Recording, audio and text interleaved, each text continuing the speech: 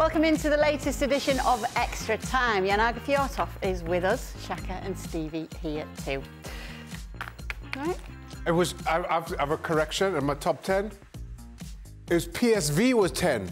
The producer put PSG on there. I was thoroughly confused. You're blaming the producer? Yeah.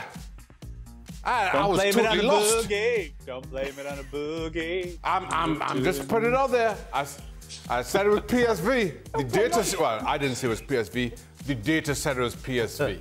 Data did? The data did. Yeah, and don't blame it on the sunshine. Don't blame it on the Okay, sorry. Don't blame it on good times. Don't blame it on boogie. Exactly. All right, just so we've got that clear. All right, yeah, I got a shortcut to boogie. Yeah. You did. When was the last time you were on a team that made 11 changes for a midweek match, as Chelsea did today? Guess having players can pay off. Well, Stevie played in a time where they only had 11 players. We only had one substitute. Yeah, exactly. No, we didn't. We didn't rotate. I can't remember what's the rotation. I think my record was in 94-95 season with the national team. I played around 70 games.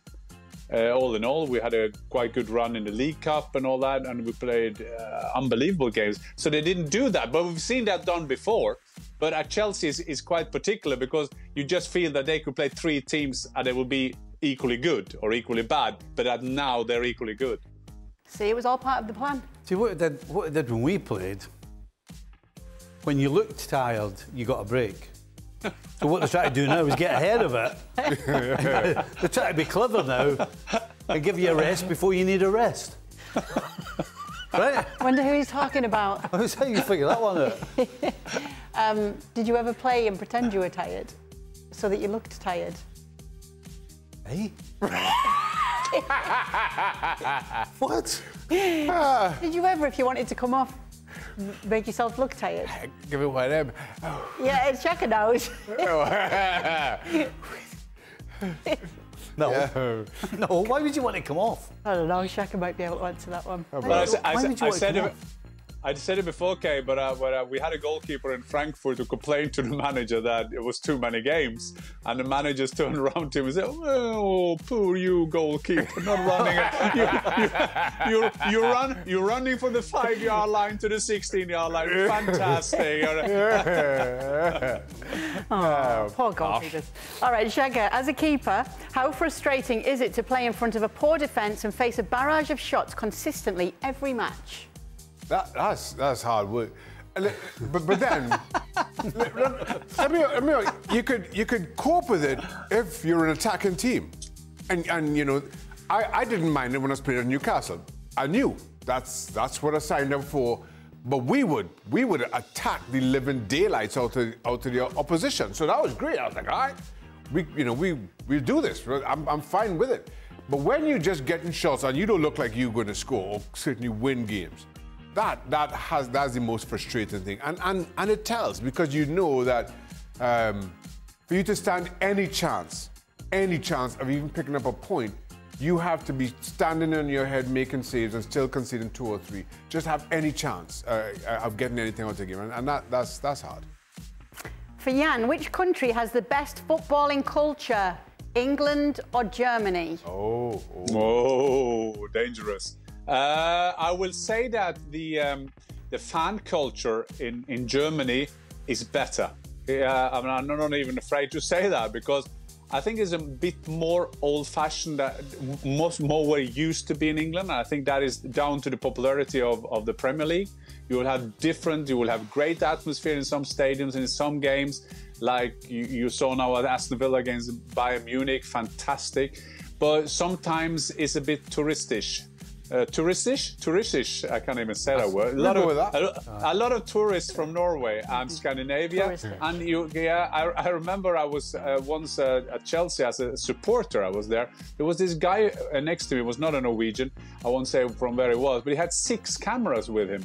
And I think that you won't see that in Germany, that thing. So I would say the fan culture in Germany is better. And I will tell all people to go there sometime. Go to Dortmund, go to one of the great games, go to Frankfurt or go to Allianz Arena and get that atmosphere going. Touristy might be easier, Jan. Yeah, thank you, Kay. Thank you, Kay, from Middlesbrough. Thank you. Yeah, thank you. No worries. Obviously, a lot of great grammar in English as well. Yeah. Shaka, 16-year-old goalkeeper Jack Potter made his debut for Arsenal last week in the Carabao Cup. Do you remember what you were doing when you were 16? Yeah, I sure do. Don't tell us. Next question, please. Where were you in your career at 16? At 16, I was still in Trinidad. I was still in Trinidad at 16, going through high school, playing for St. Mary's College. That's about it. Playing for the under-19s at St. Mary's College at 16. That was about it. I like to think of Stevie at 16, even though I've read his book. I was unemployed. I was in my bed till lunchtime every day. Actually, come to think it, I still do that. At 16? I still do that today. 16-year-old Jan, what did that look like? More like Shaka. I played for the under-19. I had played one friendly for the first team. Came back from the pre-season. I couldn't understand why I wasn't a starter in the first team, and then 1 year later I had to wait another year. But I think some of the players who come in now, we talked in the show about this 17-year-old playing for Lille who had his birthday winning against Real Madrid. We didn't even have a TV game that we could win against Real Madrid. So it's amazing, some of these youngsters. For De Ligt and Martinez look like an unbalanced centre-back pairing. What needs to be done to fix Manchester United's defensive problems? They need a dominance. They need at least a dominant centre-back stroke leader at the back. If you go through all the great teams in history, they've all had certain things, and one of those was a dominant defender right down the middle who organised everybody, but who did his own job as well. That's got to be the start. They need so many things, but just to start with, if they can get that and then build around it defensively. I mean, like today, for example, when you go away from home in Europe and you score 3 goals and you don't win the game, it tells you you've got a real problem at the back. And you're never going to... Nobody is going to win anything if you have to score 3 and 4 goals every time you step on the field to win. So, first thing they need to do is get a dominant centre-back who controls balls played in the box, but in general, organises everything around them. De Ligt was supposed to be that, though. De Ligt was supposed to be that. Well, it was a gamble. De Ligt is a guy who we kind of thought was capable of growing into that. Yeah. But that didn't happen at Juventus, didn't happen at Bayern. And so it's a gamble if Man United think that he's going to do what he's failed to do in his last 2 big clubs. Could it still happen, Jan, under the right manager? Yeah, I think you can organise the team better. I mean, we talked a lot about that about Manchester United, but Stevie made a good point in the show about the defensive midfielders who are playing in number 6, who are playing in front of them. If that is Casemiro and Eriksen, you know that help won't come. So you need a double. Yes, Stevie is right. Every other team have had that big Ramos, Puyol kind of guy at the back. But they've also had a good number 6, who kind of is the shield in front of the 2 centre-half. And Manchester United don't have that at the moment. In terms of De Ligt, De Ligt was on and off for Bayern, but it seems to a lot of players, and that is not a good sign for Manchester United, there's a lot of players coming there losing their self-confidence. And that is, I think, it's a lack of a pattern. They're not sure what they should do. And we can talk about the evaluation, how they played, but what's the defined role together out there? And that we've talked a lot about that. That's not to be seen. Jan, now that we are 6 games in, heading for 7, what are your thoughts on the 3 promoted sides? Ipswich and Leicester, for me, are doing well so far. Yeah, they're doing well. What is quite interesting with Southampton, Ipswich and Leicester, I saw the Ipswich game this week, and they got something in there. McKenna's doing well for them. It seems to be more pragmatic. Cooper is quite interesting that he's coming after Maresca. He's a different type of players. I'm afraid of Southampton. I know he didn't mention that in that question, but play out from the back when you're a newly promoted team. I mean, we saw what happened to to Burnley. If they're going to stick in there, they have to dig out results. And it's a bad sign that none of them have won yet. There's some games been played.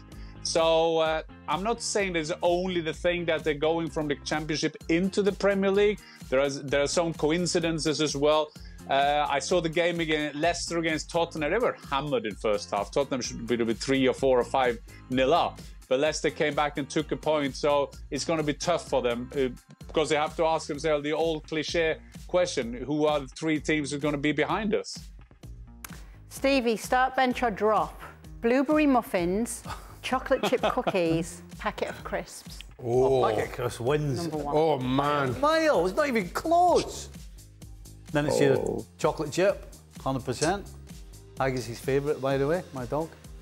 And yeah, I'm not a blueberry muffin fan. What? Ah, can't sell blueberry muffins. Yeah, exactly. I'm with Jan here. Yeah, I thought dogs couldn't have chocolate. Yeah, dogs not supposed to have chocolate. Not mine does. Are you back on the crisps? No. Are you goodbye? Yeah. Doing well? You believe that? Well, you believe that, Kim? Oh, I've got faith in him. Well, if they're not there, you can't eat them. Yeah. So I told Eleanor, don't buy them. So she's barred from the British shop. So there's none in the house. There's none in the house, can't eat them. That's why there's so many in stock on the shelves. We're going out of business. I once went in there. We have in my town, which is very close to where Stevie lives, we have a British goods store. And one day I went in and I was going to their house and I said, I'm going to my friend's house, so I need to get something for them. And they knew who they were and they told me exactly what Stevie wanted. What he always buys every time. That's how I knew. For the guys, which current player reminds you most of how you played? Erling Haaland. Just before. Yeah, that's what I was going to claim. Now, it's interesting. I see I scored more goals than this Norwegian who plays at Wolverhampton, Strand Larsen. But I see him a bit like me, a bit like legs all over the place somehow. That is early in my career. It was quite easy to see where my legs were later in my career. But I can see that kind of strikers in him, I have to admit. Nice, Strand Larsen. Guys? I think. Yeah, I just, well, for me, I just think the goalkeeping position has just changed so much that it's hard for me to draw a parallel with anybody now. Yeah. You know, I mean... Donnarumma. Big keeper at the back, great presence. Yeah, but the thing with Donnarumma is, Donnarumma takes chances. I didn't take chances. You know, but then, again, that's how the game was. No defender wanted me to pass the ball to, you know, never mind me pass it. They just didn't want it. They would turn their back. Exactly. So I wouldn't be trying to thread a ball between 2 strikers to find my right back. You know, so it's tough to kind of draw those parallels, you know, because the game is just so different now, you know. I mean, well, certainly the goalkeeping position is so different now.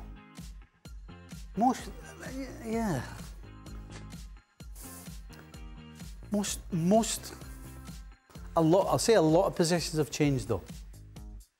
You know, you don't have 4 in the middle anymore, pretty much. You know, so your outside midfielder doesn't do both jobs. Your outside midfielder is generally better at one thing, and if you get the other one, I mean, Alexander-Arnold's a great example. I mean, he would never have played in my era. Certainly wouldn't have played at fullback. Yeah, he wouldn't have played a wide midfielder because, you know, John Barnes, fantastic going forward and fantastic defensively. Alexander-Arnold, fantastic going forward, but wouldn't do the defensive side, so he might not play. So, you know, almost every position has changed. But it's also interesting. It's completely different. But it's also interesting, Stevie, when we think back in the good old days when we had our favourites. You mentioned John Barnes now. Man, imagine what a superstar. He was a superstar back then as well. Imagine him today. I mean, he would be fantastic. Glenn Hoddle is another player. Those kind of player. Glenn Hoddle nearly couldn't get caps for England. I mean, he should have had 150. And imagine for these players seeing the now. But it's interesting, Stevie. Also, it's hard for you to compare as well because you had some ability going up and down the field all the time, and there are different, big difference now. So, but you have to find one who is similar to you, Stevie. We have to find one. There must be a little Stevie Nicol out there somewhere. There must be. Don't answer that. Don't answer that, Stevie. Oh yeah, no, I didn't mean that. That's a trick question, Stevie. I didn't mean that. All right. Okay, and we'll leave it there then, shall we? Thanks so much for being with us on the latest edition of Extra Time.